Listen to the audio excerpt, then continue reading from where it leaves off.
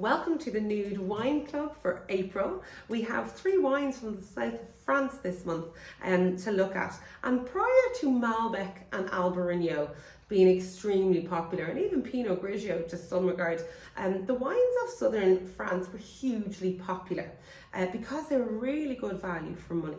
And they were kind of got lost in a wave because this is from Minervois, this is Costières de Nîmes, this is Grenache Blanc.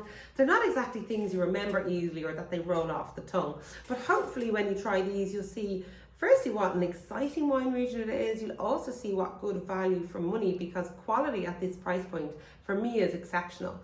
So the 3 wines that we have, I've gone for an orange wine again. We did an orange wine last month. We got such good feedback for it. We decided to go again and try, or just kind of showcase something a little bit different. Then our lovely white wine from Costières de Nîmes, which is the southernmost tip of Rhone Valley, so right on the French coast. And then we have Minervois. And Minervois was probably one of the first French wines I ever loved, maybe 2005. I discovered it, I thought, what is this? It's such a revelation. So the orange wine is from a grape called Grenache Blanc.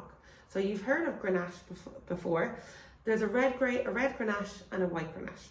And the Grenache Blanc has a slightly thicker skin, meaning that if you let the juice spend time with the skins, it'll give a little bit of colour. This one, we have an orange and a red of it. I think this one is far superior to the red that we have, in that the intensity, the fruit profile, it tastes exactly how it looks. So you can see peaches, apricots, maybe some oranges. That's how the wine tastes. It's really, really beautiful. And to make an orange wine, it's when you leave the skins from the white grapes or the green grapes, spending time with the juice to draw down whatever natural bit of colour might be in the skins. So for me, it's an absolutely gorgeous wine. The producer's excellent. They're very, I suppose, natural in their approach. Low sulphur, minimal intervention, sustainable approach to everything. And this is also, I think it's certified biodynamic, so everything that's in the vineyard is there for a positive impact. So it's a beautiful glass of wine, really interesting, and definitely now when we're moving towards the summer months, it's kind of like a stepping stone towards rosé, and it kind of has a rosé flavour profile to it. It's really beautiful.